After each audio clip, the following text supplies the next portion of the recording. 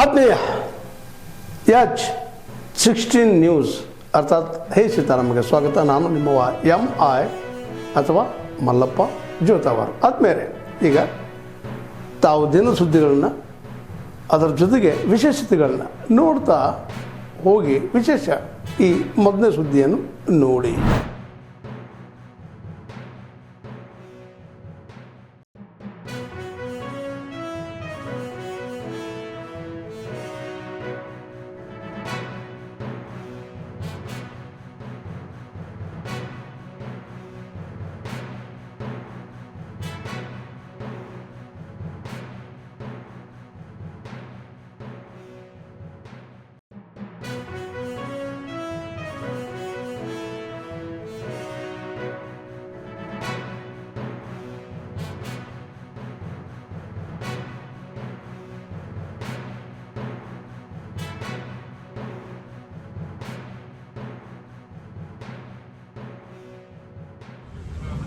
ಯಾವುದೋ ಸಣ್ಣ ನೆಪ ಒಡ್ಡಿ ಆ ಬಿಲ್ನ ಚರ್ಚೆಗೆ ಅವಕಾಶ ಮಾಡಿಕೊಟ್ಟು ಮಾಧ್ಯಮ ಮತ್ತು ಸೋಷಿಯಲ್ ಮೀಡಿಯಾ ಜನಗಳು ಯಾವುದೇ ವಿಚಾರ ಮಾತಾಡಿದ್ರೂ ಅವ್ರ ಮೇಲೆ ಕೇಸ್ ಹಾಕ್ಬೋದು. ಅಷ್ಟು ಕಾನೂನುಗಳನ್ನು ತಂದಿದ್ದಾರೆ. ಕೈ ಸನ್ನೆ ಮಾಡಿದ್ರೆ ಕೇಸ್ ಹಾಕ್ಬೋದು, ಕಣ್ಣು ಮಿಟಿಕಿಸಿದ್ರೆ ಕೇಸ್ ಹಾಕ್ಬೋದು, ಮಾತಾಡಿದ್ರೆ ಕೇಸ್ ಹಾಕ್ಬೋದು. ಆ ರೀತಿಯಾದಂಥ ಎಮರ್ಜೆನ್ಸಿ 1975ನೇ ಇಸ್ವಿಯಲ್ಲಿ ಎಮರ್ಜೆನ್ಸಿ ತಂದಾಗ ಇಂದಿರಾ ಗಾಂಧಿಯವರು ಯಾವ ಕುತಂತ್ರವನ್ನು ಮಾಡಿದರು, ಅದೇ ಕುತಂತ್ರವನ್ನು ಸಿದ್ದರಾಮಯ್ಯನವರ ನೇತೃತ್ವದಲ್ಲಿ ಇವತ್ತು ಮಾಡ್ತಾ ಇದ್ದಾರೆ.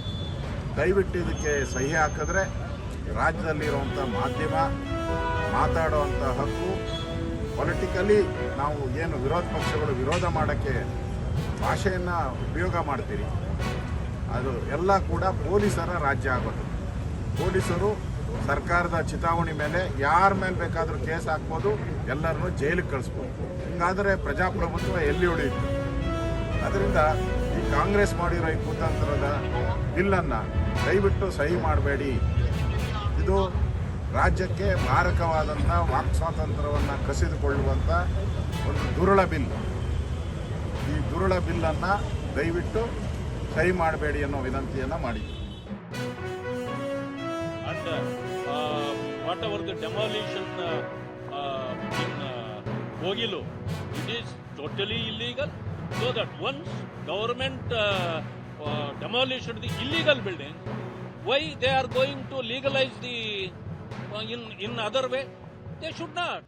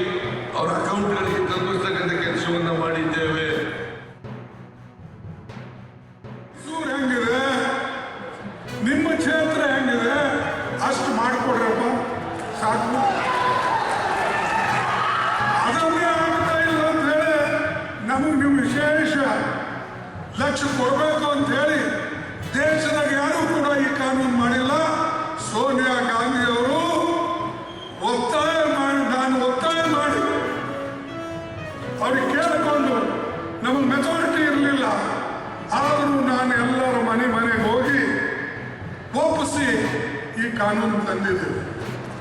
ಆ ಕಾನೂನು ಅಡಿಯಲ್ಲಿ ನೀವು ಸವಲತ್ತುಗಳು ಕೊಡಿ. ಒಂದು ಯಾವುದೇ ಕಾರ್ಯಕ್ರಮ ಬಂದ್ರೆ ಮೊದಲು ಈ ಕಡೆ ಕೊಡಿ.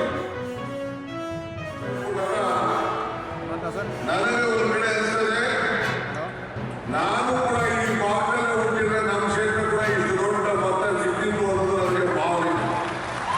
ನಮ್ಮ ಕ್ಷೇತ್ರದಲ್ಲಿ ಕ್ಷಣ ಇಲ್ಲ ನಮಗೆ. ಆರೋಗ್ಯ ವರ್ಷ ನಾನಿಲ್ಲ ಉಪಮುಖ್ಯಮಂತ್ರಿ ಆಗಿ ಅಂತ ಒಂದು ದೊಡ್ಡ ಕಾರ್ಯಕ್ರಮ ನಮ್ಮ ಕ್ಷೇತ್ರ.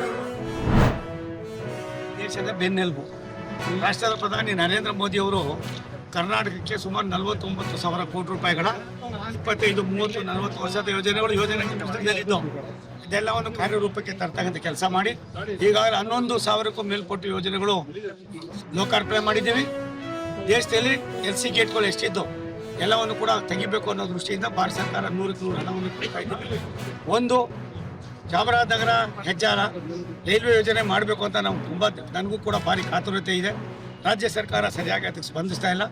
ರಾಜ್ಯ ಸರ್ಕಾರ ನಾಳೆ ಬೆಳಗ್ಗೆ ಸ್ಪಂದಿಸಿ ಅವ್ರ ಕರ್ತವ್ಯ ಅವ್ರು ಮಾಡಿದ್ರೆ ನಾವು ಆ ಯೋಜನೆಯನ್ನು ಕೈಗೆತ್ತಿಕೊಂಡು ಮಾಡ್ತಕ್ಕಂಥದ್ದಕ್ಕೆ ತಯಾರಾಗಿದ್ದೀವಿ.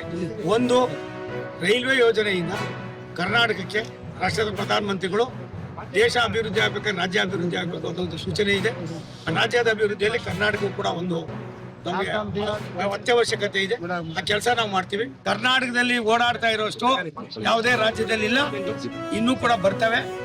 ಅದನ್ನ ಯಾವ ರೀತಿ ಮಾಡ್ಬೇಕು ಏನೋ ಅನ್ನೋದಕ್ಕಿಂತ ಹೆಚ್ಚಾಗಿ ರೈಲ್ವೆ ಯೋಜನೆಗಳನ್ನ ಹಂತ ಹಂತವಾಗಿ ತರ್ತಕ್ಕಂಥದಕ್ಕೆ ಭಾರತ ಸರ್ಕಾರ 100 ವರ್ಷದ ಸಾಧನೆ ಒಂದು ಕಡೆ ಆದರೆ 11 ವರ್ಷದ ಸಾಧನೆ ನರೇಂದ್ರ ಮೋದಿ ಅವ್ರದ್ದು ಅದಕ್ಕೆ ಸರಿಸಾಟಿಯಾಗಿ ಅದಕ್ಕಿಂತ ಮೇಲ್ಪಂಕ್ತಿಯಲ್ಲಿ ಕೆಲಸ ಮಾಡ್ತಾ ಇದ್ದೀವಿ ಅನ್ನೋದಕ್ಕೆ ಮೊನ್ನೆ ತಾನೇ ಸಕಲೇಶ್ಪುರ ಕುಕ್ಕೆ ಸುಬ್ರಹ್ಮಣ್ಯ ಅದು ಒಂದು ಎಲೆಕ್ಟ್ರಿಫಿಕೇಶನ್ ಮಾಡೋದಕ್ಕೆ 55 ಕಿಲೋಮೀಟ್ರು ಯಾರ ಕೈಲೂ ಆಗಿರಲಿಲ್ಲ.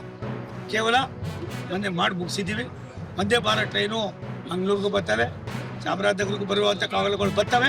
ಈ ದೇಶದ ಅಭಿವೃದ್ಧಿಗೆ ಪೂರಕವಾದ ರೈಲ್ವೆ ಇಲಾಖೆಯನ್ನು ಇನ್ನಷ್ಟು ಸ್ಟ್ರೆಂಥನಿಂಗ್ ಮಾಡೋದಕ್ಕೆ ರಾಷ್ಟ್ರದ ಪ್ರಧಾನಿಗಳು ಸೂಚನೆ ಇದೆ.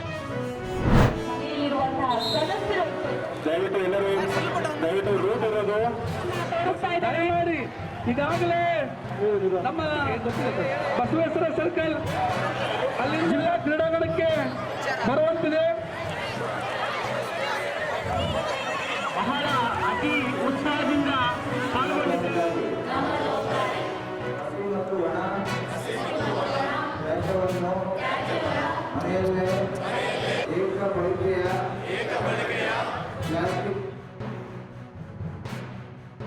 ಅದನ್ನ ಅಕ್ಷರ ಸ್ವರೂಪದಲ್ಲಿ ನೀವು ನಿಂತು ಇವತ್ತು ನಿಮ್ಮ ನಿಶ್ಚಯವನ್ನ ವ್ಯಕ್ತ ಮಾಡಿದ್ದೀರಿ.